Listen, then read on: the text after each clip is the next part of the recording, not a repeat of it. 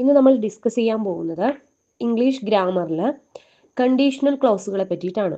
അപ്പോൾ conditional clause എന്ന് പറയുമ്പോൾ ഈ കണ്ടീഷണൽ ക്ലോസിനെ തന്നെ ഇഫ് ക്ലോസ് എന്നും എന്ത് ചെയ്യാറുണ്ട്, അറിയപ്പെടാറുണ്ട്. അപ്പോൾ കണ്ടീഷണൽ ക്ലോസിനെ ഇഫ് ക്ലോസ് എന്നും വിളിക്കാറുണ്ട്. അപ്പോൾ എന്താണ് ഈ കണ്ടീഷണൽ ക്ലോസ് അല്ലെങ്കിൽ ഇഫ് ക്ലോസ് എന്ന് പറയുന്നത്? ഒരു കണ്ടീഷണൽ സെന്റൻസ് ആണ് അല്ലേ.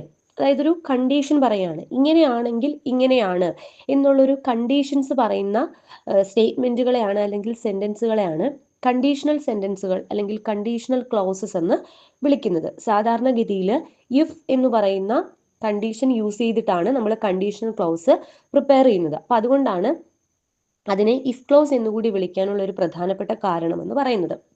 അപ്പോൾ ഒരു കണ്ടീഷണൽ ക്ലോസ് എടുത്തു കഴിഞ്ഞാൽ പ്രധാനമായിട്ടും അതിനകത്ത് രണ്ട് ഭാഗങ്ങളാണ് കാണപ്പെടുന്നത്. അപ്പോൾ ഒരു കണ്ടീഷണൽ ക്ലോസ് നമ്മൾ പരിഗണിക്കുമ്പോൾ പ്രധാനമായിട്ടും രണ്ട് ഭാഗങ്ങളാണ് കാണപ്പെടുന്നത്.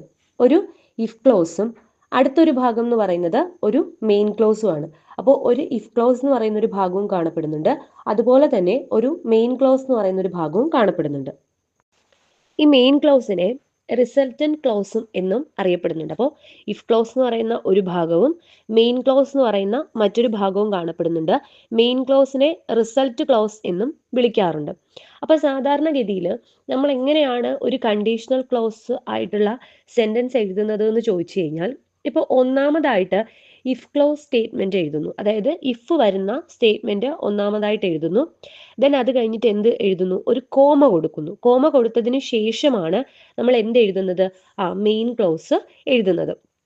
അപ്പൊ ഇവിടുത്തെ പ്രത്യേകത എന്ന് പറയുന്നത്, ഇഫ് ക്ലോസ് എന്ന് പറയുമ്പോൾ പൂർണ്ണമായിട്ടും ഒരു മീനിങ് തരുന്ന ഒരു സ്റ്റേറ്റ്മെന്റ് അല്ല ഇഫ് ക്ലോസിൽ നമ്മൾ പറയുന്നത്. ഇപ്പൊ ഫോർ എക്സാമ്പിൾ പറയുകയാണെങ്കിൽ, ഇഫ് യു വർക്ക് ഹാർഡ് എന്ന് പറയുന്നത് ഒരു ഇഫ് ക്ലോസ് സ്റ്റേറ്റ്മെന്റ് ആണ്.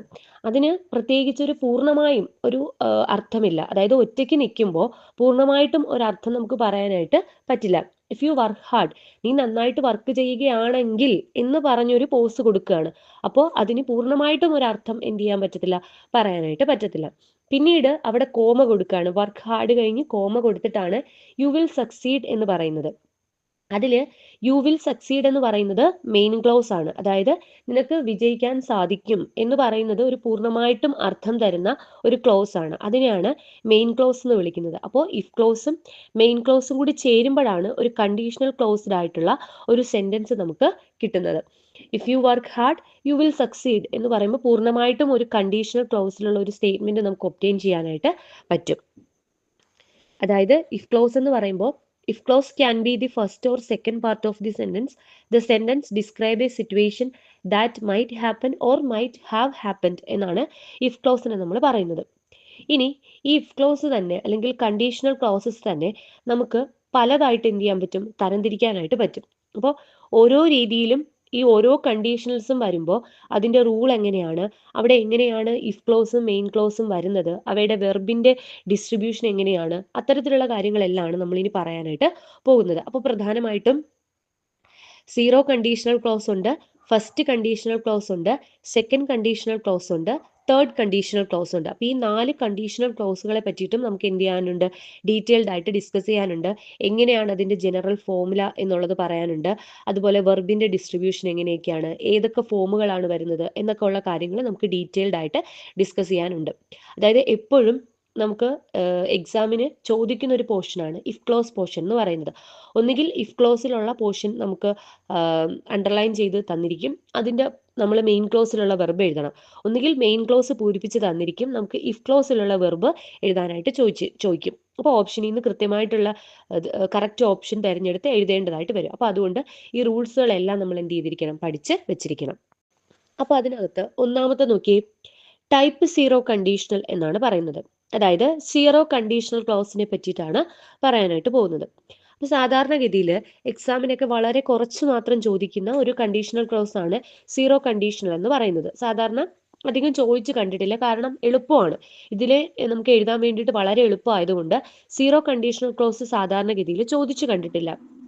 ആക്ച്വലി ഈ പറയുന്ന സീറോ കണ്ടീഷണൽ ക്ലോസ് കൂടുതലായിട്ടും ഉപയോഗിക്കുന്നത് എന്തിനാണ്, ജനറൽ ആയിട്ടുള്ള ഒരു ട്രൂത്തിനെ പറ്റി പറയുമ്പോൾ, അല്ലെങ്കിൽ സയന്റിഫിക് ആയിട്ടുള്ള ഒരു ഫാക്റ്റിനെ പറ്റി പറയുമ്പോഴോ, അല്ലെങ്കിൽ സയന്റിഫിക് ആയിട്ടുള്ള ഒരു ഹാബിറ്റിനെ പറ്റി മെൻഷൻ ചെയ്യുമ്പോഴോ ആണ് നമ്മൾ ഈ പറയുന്ന സീറോ കണ്ടീഷണൽ ക്ലോസ് യൂസ് ചെയ്യുന്നത്. It is used to describe general truth, scientific facts and habit എന്നാണ് പറയുന്നത്. It is used for general truth, അതായത് ജനറൽ ആയിട്ടൊരു ട്രൂത്ത് പറയുമ്പോൾ when a situation always occur when something is standard practice എന്നുള്ളതാണ്. അതായത് നമുക്ക് കൃത്യമായിട്ടും അറിയാം ഇത് സ്റ്റാൻഡേർഡ് ആയിട്ട് സംഭവിക്കുന്ന ഒരു കാര്യമാണ്, അതായത് ഇതൊരു ജനറൽ ആയിട്ടുള്ള ട്രൂത്ത് ആണ്, ഇത് ഹാപ്പൻ ചെയ്യുന്ന ഒരു കാര്യമാണ് എന്നുള്ള സിറ്റുവേഷനിൽ നമുക്ക് പോസിബിൾ ആയിട്ടുള്ള ഒരു ട്രൂത്ത് പറയുന്ന സിറ്റുവേഷനിൽ ഉപയോഗിക്കുന്നതാണ് ഈ പറയുന്ന സീറോ കണ്ടീഷണൽ ക്ലോസ് എന്ന് പറയുന്നത്. നോക്കിയേ, ഇതിന്റെ ജനറൽ ഫോം നോക്കിയേ. നമ്മൾ ആദ്യം ഇഫ് കൊടുക്കുകയാണ്, അതായത് ഇഫ് കൊടുത്ത് ഒരു സ്റ്റേറ്റ്മെന്റ് എഴുതുമ്പോൾ ഇഫ് സ്റ്റേറ്റ്മെന്റിൽ ഇഫ് ഉണ്ട്, അത് കഴിഞ്ഞിട്ട് ഇഫിനോടൊപ്പം വരുന്ന ഇഫ് ക്ലോസിൽ വരുന്ന വെർബ് എന്ന് പറയുന്നത് V1 ആയിരിക്കും. അതായത് V1 എന്ന് പറയുമ്പോൾ എന്താണ്, base form of the verb ആയിരിക്കും കാണപ്പെടുന്നത്.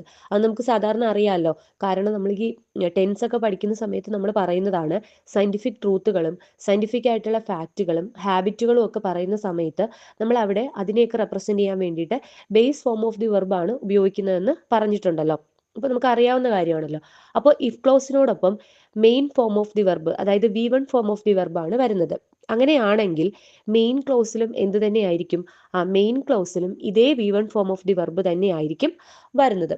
ഇത് നമുക്ക് കേട്ടിട്ട് മനസ്സിലായില്ലെങ്കിലും നമുക്കൊരു എക്സാമ്പിൾ നോക്കാം. എക്സാമ്പിൾ നോക്കിയേ, താഴെ if you heat ice it melts എന്നുള്ളതാണ് നമ്മുടെ സെന്റൻസ് എന്ന് പറയുന്നത്. അപ്പൊ അതിനകത്ത് രണ്ട് ക്ലോസ് ഉണ്ട് അല്ലെ, ഒരു കോമ ഉപയോഗിച്ചുകൊണ്ട് രണ്ട് ക്ലോസിനെയും സെപ്പറേറ്റ് ചെയ്തിട്ടുണ്ട്. ഇഫ് ചേർന്ന് വരുന്നത് കൊണ്ട് ഇഫ് യു ഹീറ്റ് ഐസ് എന്നുള്ളത് ഇഫ് ക്ലോസും ഇറ്റ് മെൽസ് എന്നുള്ളത് മെയിൻ ക്ലോസും ആണ്. ഓക്കെ ആണല്ലോ? ആണ്. അപ്പൊ ഇഫ് യു ഹീറ്റ് ഐസ് എന്നുള്ളത് ഇഫ് ക്ലോസും കോമ കഴിഞ്ഞിട്ട് വരുന്ന ഇറ്റ് മെൽസ് എന്നുള്ളത് മെയിൻ ക്ലോസും ആണ്. അപ്പോൾ ഇതൊരു യൂണിവേഴ്സൽ ട്രൂത്ത് ആണ്, അല്ലെങ്കിൽ സയന്റിഫിക് ഫാക്റ്റ് ആണ്. അതായത് നമ്മൾ ഐസിനെ ചൂടാക്കുകയാണെങ്കിൽ സ്വാഭാവികമായിട്ടും അത് മെൽറ്റ് ചെയ്യും എന്നുള്ളത് ഒരു പ്രാപഞ്ചിക സത്യമാണ്, അതായത് ഒരു സയന്റിഫിക് ട്രൂത്ത് ആണ്. അപ്പോൾ സയന്റിഫിക് ട്രൂത്ത് പറയുമ്പോൾ അവിടെ നമുക്ക് സീറോ കണ്ടീഷനാണ് ഉപയോഗിക്കേണ്ടത്. ഇഫ് വന്നു, അതായത് ഇഫ് ക്ലോസിൽ ഇഫ് വന്നു, അത് കഴിഞ്ഞിട്ട് വരുന്ന വെർബ് ഏതാണ്, ഹീറ്റ് എന്നുള്ളതാണ് അല്ലെ. അപ്പോൾ ഹീറ്റ് എന്നുള്ള വെർബ് എന്ന് പറയുന്നത് ബേസ് ഫോം ഓഫ് ദി വെർബാണ്. ഇഫ് യു ഹീറ്റ് എന്ന് പറയുന്നത് മെയിൻ ഫോം ഓഫ് ദി വെർബാണ്. അപ്പൊ നമ്മൾ നേരത്തെ പറഞ്ഞതുപോലെ if plus V1 form of the verb കഴിഞ്ഞു. അപ്പൊ നമ്മുടെ ഇഫ് ക്ലോസ് കഴിഞ്ഞു, കോമ കൊടുത്തു. ഇനി മെയിൻ ക്ലോസിൽ വരുന്നത് എന്താണ്, മെയിൻ ക്ലോസിൽ വരുന്നതും base form of the verb ആയിരിക്കും. ഏതാണ്, മെൽറ്റ്സ് എന്നുള്ള മെൽറ്റിന്റെ പ്ലൂറൽ അല്ല സിംഗുലർ എന്നുള്ള രീതിയിൽ മാത്രം വരികയാണ്. മെൽറ്റിന്റെ സിംഗുലർ ആണ് മെൽറ്റ്സ് എന്ന് പറയുന്നത്. അപ്പൊ മെൽറ്റ്സ് എന്ന് പറയുന്നത് എന്താണ്, ബേസ് ഫോം ഓഫ് ദി വെർബാണ്. അപ്പൊ അതാണ് മെയിൻ ക്ലോസിൽ വന്നിരിക്കുന്നത്. അപ്പൊ ഇത് സീറോ കണ്ടീഷണൽ ക്ലോസിന് എക്സാമ്പിൾ ആയിട്ട് ഉള്ളതാണ്. ഇനി അടുത്തൊരു എക്സാമ്പിൾ നോക്കിയേ, if you heat iron it expands എന്നുള്ളതാണ്. അതായത് നമ്മൾ അയണിനെ ഹീറ്റ് ചെയ്യുന്ന സമയത്ത് അത് എക്സ്പാൻഡ് ചെയ്യും എന്നുള്ളതും ഒരു സയന്റിഫിക് ആയിട്ടുള്ള ഒരു ട്രൂത്ത് ആണ്. അപ്പൊ നോക്കി, ആദ്യത്തേത് ഇഫ് യു ഹീറ്റ് അയൺ എന്നുള്ളത് ഇഫ് ക്ലോസും ഇറ്റ് എക്സ്പാൻഡ്സ് എന്നുള്ളത് എന്തുമാണ്, മെയിൻ ക്ലോസും ആണ്. അപ്പൊ അങ്ങനെ വരുമ്പോൾ നമുക്ക് എന്ത് എഴുതാം, ഇഫ് കഴിഞ്ഞിട്ട് ഹീറ്റ് എന്നുള്ളത് എന്താണ്, V1 ഫോം ഓഫ് ദി വെർബാണ്. അത് കഴിഞ്ഞിട്ട് ഇറ്റ് എക്സ്പാൻഡ്സ് എന്നുള്ളതിൽ എക്സ്പാൻസ് എന്ന് പറയുന്നതും എന്താണ്, V1 ഫോം ഓഫ് ദി വെർബാണ്. ഓക്കെ ആണല്ലോ? ആണ്. അപ്പൊ ഇത് നോക്കി വേണം നമ്മൾ എഴുതാൻ. ഇഫ് യു ഹീറ്റ് അയൺ എന്ന് കൊടുത്തിട്ട് കോമ കൊടുത്ത്, അതായത് ഇഫ് ക്ലോസ് കൊടുത്തിട്ട് കോമ കൊടുത്തിട്ട് ഇറ്റ് കഴിഞ്ഞിട്ട് വേണമെങ്കിൽ ഒരു ഹൈഫൺ തന്നിട്ട് ആ ഹൈഫൺ പൂരിപ്പിക്കാനായിട്ട് പറയും. സ്യൂട്ടബിൾ ആയിട്ടുള്ള ഓപ്ഷൻസിൽ നിന്ന് എടുത്ത് പൂരിപ്പിക്കാനായിട്ട് പറയും. അപ്പൊ അവിടെ എക്സ്പാൻഡഡ് എന്ന് കൊടുക്കാം, വിൽ എക്സ്പാൻഡ് എന്ന് കൊടുക്കാം, അതുപോലെ തന്നെ വുഡ് ഹാവ് എക്സ്പാൻഡഡ് എന്ന് കൊടുക്കാം. അതായത് നമ്മൾ ഇനി അങ്ങോട്ട് വരുമ്പോൾ നമുക്ക് മനസ്സിലാവും. അതുപോലെ തന്നെ എക്സ്പാൻസ് എന്ന് കൊടുക്കാം. അപ്പൊ നമ്മൾ കറക്റ്റ് ആയിട്ട് എടുക്കേണ്ടത് എന്താണ്, ഇതൊരു ഇഫ് ക്ലോസിലുള്ളത് ഒരു യൂണിവേഴ്സൽ ട്രൂത്ത് ആണെന്ന്, അല്ലെങ്കിൽ ഒരു ജനറൽ ട്രൂത്ത് ആണെന്ന് മനസ്സിലാക്കുകയും അതുകൊണ്ട് തന്നെ അതിനുശേഷം വരുന്ന മെയിൻ ക്ലോസിലെ വെർബ് എന്ന് പറയുന്നത് base form of the verb ആണെന്ന് മനസ്സിലാക്കിയിട്ട് നമ്മൾ എന്ത് തന്നെ കൊടുക്കണം, എക്സ്പാൻസ് തന്നെ കൊടുക്കണം. അടുത്തൊരു എക്സാമ്പിൾ നോക്കിയേ, if the battery has no charge the mobile does not work. അതൊരു ട്രൂത്ത് അല്ലേ? അതായത് ബാറ്ററിയിൽ ചാർജ് ഇല്ലെങ്കിൽ അത് എന്ത് ചെയ്യത്തില്ല, മൊബൈല് വർക്ക് ചെയ്യത്തില്ല എന്നുള്ളതാണ്. ബാറ്ററിയിൽ ചാർജ് ഇല്ലെങ്കിൽ മൊബൈൽ വർക്ക് ചെയ്യത്തില്ല. അതൊരു ട്രൂത്ത് ആണല്ലോ, അതൊരു ജനറൽ ആയിട്ടുള്ള ഒരു ട്രൂത്ത് ആണല്ലോ. അപ്പൊ അത് നമ്മൾ പറയുന്നത് if the battery has no charge എന്നുള്ളത് ഇഫ് ക്ലോസും the mobile does not work എന്നുള്ളത് മെയിൻ ക്ലോസും ആണ്. അപ്പോൾ ഇഫ് ക്ലോസിൽ ബാറ്ററി ഹാസ് നോ ചാർജ് എന്നുള്ളതാണ്. അതായത് ഹാസ് എന്ന് പറയുന്നത് V1 ഫോം ഓഫ് ദി വെർബാണ്. അത് ഓക്സിലറി വെർബ് ആണെങ്കിലും അത് base form of the auxiliary വെർബാണ് ആണല്ലോ. അപ്പൊ ഹാസ് കൊടുത്തു, ഹാസ് വന്നു. അതുകൊണ്ട് തന്നെ അടുത്തത് മെയിൻ ക്ലോസ് ഏതാണ്? The mobile does not work എന്നുള്ളതാണ് മെയിൻ ക്ലോസ് എന്ന് പറയുന്നത്. അവിടെ വർക്ക് എന്നുള്ള ഡസ് എന്നുള്ളതാണ്, ഡസ് നോട്ട് വർക്ക് എന്നുള്ളതാണ് അവിടുത്തെ base form of the verb. അപ്പോൾ വർക്ക് ചെയ്യുന്നില്ല എന്നുള്ളതാണ് main form of the verb. അതും എന്താണ് വന്നിരിക്കുന്നത്? V1 ആണ് വന്നിരിക്കുന്നത്. ഓക്കെ ആണല്ലോ.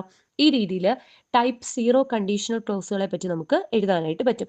പക്ഷേ സാധാരണഗതിയിൽ എക്സാമിന് ഈ പറയുന്ന ടൈപ്പ് 0 കണ്ടീഷണൽ ക്ലോസുകൾ സാധാരണ വരാറേ ഇല്ല. കാരണം അത് നമുക്ക് ഈസിലി ഹാൻഡിൽ ചെയ്യാൻ എളുപ്പമാണ്. അപ്പം അതുകൊണ്ട് തന്നെ അത് സാധാരണ ചോദിച്ച് കണ്ടിട്ടില്ല. ഇനി അങ്ങോട്ട് പറയാൻ പോകുന്ന first condition, second, third conditions ആണ് കൂടുതലായിട്ടും ചോദിച്ച് കണ്ടിട്ടുള്ളത്. അപ്പം നമുക്ക് അത് പഠിക്കാനായിട്ട് പോവാം. ഇനി അടുത്തത് ടൈപ്പ് ഫസ്റ്റ് കണ്ടീഷനാണ്. അതായത് ഫസ്റ്റ് കണ്ടീഷണൽ എന്ന് പറയും. ഈ ഫസ്റ്റ് കണ്ടീഷനിലെ പ്രോബബിൾ കണ്ടീഷൻ എന്നും വിളിക്കാറുണ്ട്, അല്ലെങ്കിൽ റിയൽ കണ്ടീഷൻ എന്നും വിളിക്കാറുണ്ട്. അപ്പൊ എന്താണ് ഈ ഫസ്റ്റ് കണ്ടീഷനിൽ നമ്മൾ ഉദ്ദേശിക്കുന്നത്? ആദ്യം നമ്മൾ ഏത് സിറ്റുവേഷനിൽ അത് യൂസ് ചെയ്യും എന്ന് പഠിക്കുക. നേരത്തെ 0 കണ്ടീഷനിൽ ഉപയോഗിക്കുന്നത് ഏതാണ്? General truth, scientific facts, habits ഒക്കെ പറയുന്ന സമയത്താണെങ്കിൽ ഫസ്റ്റ് കണ്ടീഷനിൽ ഉപയോഗിക്കുന്നത് എന്താണ്? അതെവിടെയാണ് ഉപയോഗിക്കുന്നത് എന്ന് ചോദിച്ചു കഴിഞ്ഞാൽ, നമ്മൾ പ്രസന്റിൽ ഒരു കാര്യം നടന്നാൽ അല്ലെങ്കിൽ പ്രസന്റിൽ ഒരു കാര്യം ചെയ്തു കഴിഞ്ഞാൽ കൃത്യമായും ഫ്യൂച്ചറിന് അതിനൊരു പോസിബിൾ ആയിട്ടുള്ള ഒരു റിസൾട്ട് ഉണ്ടാകും എന്ന് പറയേണ്ട സിറ്റുവേഷനിലാണ് നമ്മൾ ഈ ഫസ്റ്റ് കണ്ടീഷനിൽ ഉപയോഗിക്കുന്നത്. അതായത് നമ്മളിപ്പം അറ്റ് പ്രസന്റ് നമ്മൾ എന്തെങ്കിലും ഒരു കാര്യം ചെയ്തു കഴിഞ്ഞാൽ കൃത്യമായും അതിനുള്ള ഒരു റിസൾട്ട് നമുക്ക് ഫ്യൂച്ചറിൽ ലഭിക്കും എന്ന് പറയാൻ വേണ്ടി ഉപയോഗിക്കുന്നതാണ് ഫസ്റ്റ് കണ്ടീഷണൽ ക്ലോസ് എന്ന് പറയുന്നത്, അല്ലെങ്കിൽ ഫസ്റ്റ് കണ്ടീഷണൽ എന്ന് പറയുന്നത്. ഫോർ എക്സാമ്പിൾ പറഞ്ഞു കഴിഞ്ഞാൽ താഴെ തന്നെ ഒരു എക്സാമ്പിൾ ഉണ്ട്. അതായത് if you work hard you will succeed എന്നുള്ളതാണ്. അപ്പൊ അതിനകത്ത് നീ ഇപ്പോൾ നന്നായിട്ട് വർക്ക് ചെയ്താൽ നിനക്ക് വിജയിക്കാൻ പറ്റും എന്നുള്ളതാണ്.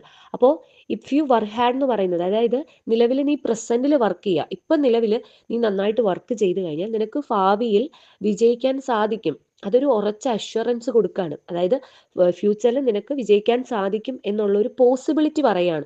അത് കൃത്യമായിട്ടും ഹാപ്പൻ ചെയ്യുന്ന, അതായത് റിയൽ ആയിട്ട് സംഭവിക്കാൻ പോകുന്ന ഒരു പോസിബിലിറ്റിയാണ്. അതായത് ഒരു പ്രോബബിലിറ്റി പറയാണ്. അത് സ്ഥിരമായിട്ട് സംഭവിക്കുന്ന ഒരു റിയൽ പ്രോബബിലിറ്റി അല്ലെങ്കിൽ റിയൽ ആയിട്ടുള്ള ഒരു കണ്ടീഷൻ പറയാണ്. അപ്പൊ അത്തരത്തിലുള്ള കണ്ടീഷൻ പറയുന്ന സമയത്താണ് നമ്മൾ ഈ ഫസ്റ്റ് കണ്ടീഷനിൽ എന്ത് ചെയ്യുന്നത്, ഉപയോഗിക്കുന്നതെന്ന് പറയാനായിട്ട് പറ്റും. അതായത് ഒരു എക്സാമ്പിൾ കൂടെ നോക്കിയേ. If you send a request you will get a reply. അതായത് നീ ഒരു റിക്വസ്റ്റ് സെൻഡ് ചെയ്ത് കഴിഞ്ഞാൽ അതിന് കൃത്യമായിട്ട് റിപ്ലൈ കിട്ടും. ആ റിക്വസ്റ്റ് സെൻഡ് ചെയ്യേണ്ടത് എപ്പോഴാണ്? ഈ പ്രസന്റിൽ നീ സെൻഡ് ചെയ്ത് കഴിഞ്ഞാൽ നിനക്ക് ഫ്യൂച്ചറിൽ, അതായത് നാളെയോ മറ്റന്നാളോ പിന്നെ അത് കഴിഞ്ഞിട്ടുള്ള ഫ്യൂച്ചറിൽ എപ്പോഴെങ്കിലും നിനക്ക് അതിന്റെ റിപ്ലൈ കിട്ടും എന്നുള്ള ഒരു റിയൽ ആയിട്ടുള്ള ഒരു കണ്ടീഷൻസിനെ പറ്റി പറയാൻ വേണ്ടിയിട്ടാണ് നമ്മൾ ഫസ്റ്റ് കണ്ടീഷണൽ ടൈപ്സ് യൂസ് ചെയ്യുന്നത്. അതിന്റെ ജനറൽ ആയിട്ടുള്ള റെപ്രസെന്റേഷൻ എന്താണ്? ആ ഒരു ഇഫ് ക്ലോസ് കാണും. ഇഫ് ക്ലോസിന്റെ പ്രത്യേകത എന്താണ്? അതിനകത്ത് ഇഫ് ഉണ്ട്. അതുപോലെ ഇഫ് ക്ലോസിൽ ഒന്നുകിൽ V1 form of the verb കാണും, അല്ലെങ്കിൽ ആം കാണും, ഈസ്, ആറ്, ഡു, ഡസ് എന്നീ ഫോമുകളൊക്കെ കാണും ആണല്ലോ. ഇത് ഏതെങ്കിലും ഒരു ഫോം വന്നു കഴിഞ്ഞാൽ അത് കഴിഞ്ഞിട്ട് കോമ കഴിഞ്ഞിട്ട് പിന്നെ നമ്മൾ വരുന്നത് ഏതാണ്? മെയിൻ ക്ലോസ് ആണ് അല്ലെ. അപ്പൊ മെയിൻ ക്ലോസിൽ വിൽ അല്ലെങ്കിൽ ഷാൾ അല്ലെങ്കിൽ ക്യാൻ അല്ലെങ്കിൽ may plus V1 form of the verb ആയിരിക്കും കാണപ്പെടുന്നത്. അപ്പോൾ നമുക്കിപ്പോൾ ഒരു ഇഫ് ക്ലോസ് തന്നിട്ട് മെയിൻ ക്ലോസ് പൂരിപ്പിക്കാൻ പറയുകയാണെങ്കിൽ നമ്മൾ ഇഫ് ക്ലോസ് നോക്കണം. ഇഫ് ക്ലോസ് നോക്കിയിട്ട് ഇഫ് ക്ലോസ് ഈ പറയുന്ന രീതിയിലൊക്കെ ആണെങ്കിൽ അതിന്റെ മെയിൻ ക്ലോസ് എന്തായിരിക്കും? കോമ കഴിഞ്ഞ് ഒരു സബ്ജക്റ്റ് കഴിഞ്ഞിട്ട് ഒന്നുകിൽ നമുക്ക് വില്ല് ചേർക്കാം, ഷാൾ, ക്യാൻ, മേ ചേർക്കാം. ഇതെല്ലാം നമ്മൾ ഓപ്ഷൻ അനുസരിച്ച് ചേർക്കണം. ചേർത്തതിന് ശേഷം base form of the verb ആയിരിക്കും കാണപ്പെടുന്നത്. സാധാരണഗതിയിൽ സിമ്പിൾ പ്രസന്റ് ഫോമിലുള്ള ഇഫ് ക്ലോസ് ആണെങ്കിൽ അതിന് നമുക്ക് മെയിൻ ക്ലോസ് എങ്ങനെയായിരിക്കും? അതിന്റെ മെയിൻ ക്ലോസ് എന്ന് പറയുന്നത് വില്ല്, shawl, can, may plus V1 form of the verb ആയിരിക്കും. എക്സാമ്പിൾ വെച്ച് നമുക്കൊന്ന് ഡീറ്റെയിൽഡ് ആയിട്ട് പറയാം. എക്സാമ്പിൾ വെച്ച് പറഞ്ഞാലേ നമുക്ക് കൂടുതൽ മനസ്സിലാവത്തുള്ളൂ. ഓക്കെ, നോക്കിയേ ആദ്യത്തെ എക്സാമ്പിൾ നോക്കി. നേരത്തെ പറഞ്ഞു തന്നെയാണ്. If you send a request comma you will get a reply. അതിൽ if you send a request എന്നുള്ളത് ഇഫ് ക്ലോസും കോമ കഴിഞ്ഞ് വരുന്ന you will get a reply എന്നുള്ളത് മെയിൻ ക്ലോസും ആണ്. ഇനി നമുക്ക് ഇതിന്റെ ജനറൽ ഫോം വെച്ചിട്ട് പറയണം, അതായത് വെർബൊക്കെ വെച്ച് നോക്കാം.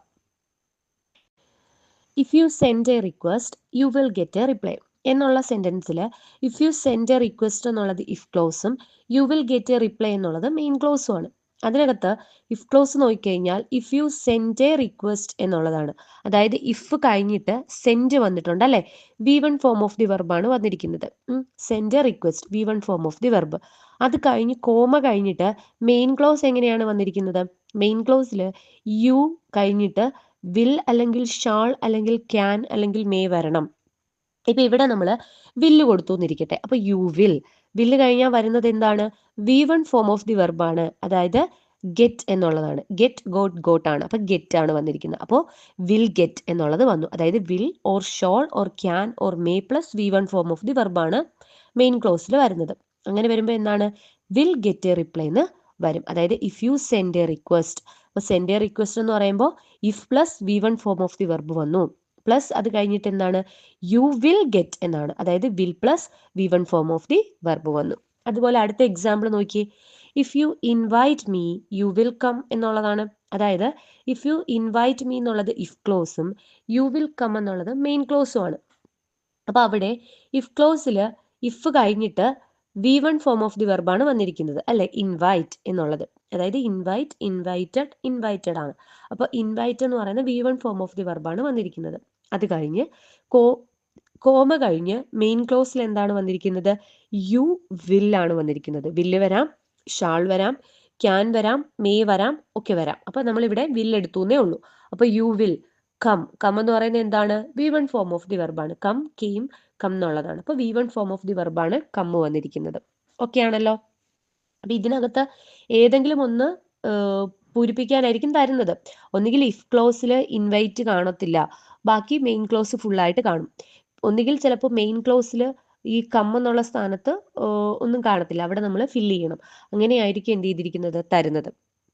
അടുത്ത ക്വസ്റ്റ്യൻ നോക്കിയേ. If you work hard you will succeed എന്നുള്ളതാണ്. അതായത് ഇഫ് യു വർക്ക് ഹാർഡ് എന്നുള്ളത് ഇവിടെ ഇഫ് ക്ലോസും യു വിൽ സക്സീഡ് എന്നുള്ളത് മെയിൻ ക്ലോസും ആണ്. അപ്പോൾ ഇവിടെ ഇഫ് യു വർക്ക് ഹാർഡ് എന്നുള്ളതിൽ ഇഫ് കഴിഞ്ഞ് വർക്ക് എന്നുള്ള V1 ഫോം ഓഫ് ദി വെർബാണ് വന്നിരിക്കുന്നത്. അത് കഴിഞ്ഞ് കോമ കഴിഞ്ഞ് യു കഴിഞ്ഞിട്ട് വന്നിരിക്കുന്ന എന്താണ്? വില്ലാണ് അല്ലേ. Will plus V1 form of the verb ഏതാണ്? സക്സീഡ് ആണ്. സക്സീഡ്, സക്സീഡഡ്, സക്സീഡഡ് ആണ്. അപ്പോൾ സക്സീഡ് എന്ന് പറയുന്നത് എന്താണ്? ബേസ് ഫോം ഓഫ് ദി വെർബാണ് വന്നിരിക്കുന്നത്. ഇനി അടുത്ത എക്സാമ്പിൾ നോക്കിയേ. If she swims well she can cross the river easily എന്നുള്ളതാണ്. അതായത് ഇവിടെയും ഇഫ് ഷീ സ്വിംസ് വെൽ എന്നുള്ളത് ഇഫ് ക്ലോസും she can cross the river easily എന്നുള്ളത് മെയിൻ ക്ലോസും ആണ്. അപ്പോൾ ഇവിടെ ഇഫ് ക്ലോസിൽ ഇഫ് ഷീ സ്വിംസ് വെൽ എന്നുള്ളതിൽ ഇഫ് കഴിഞ്ഞ് സ്വിംസ് എന്നുള്ളത് എന്താണ്? V1 form of the വെർബാണ്. അപ്പോൾ സ്വിംസ് എന്നുള്ളത് V1 ഫോം ഓഫ് ദി വെർബാണ്. അങ്ങനെ വരുമ്പോൾ കോമ കഴിഞ്ഞിട്ട് വരുന്ന മെയിൻ ക്ലോസിൽ എന്താണ്?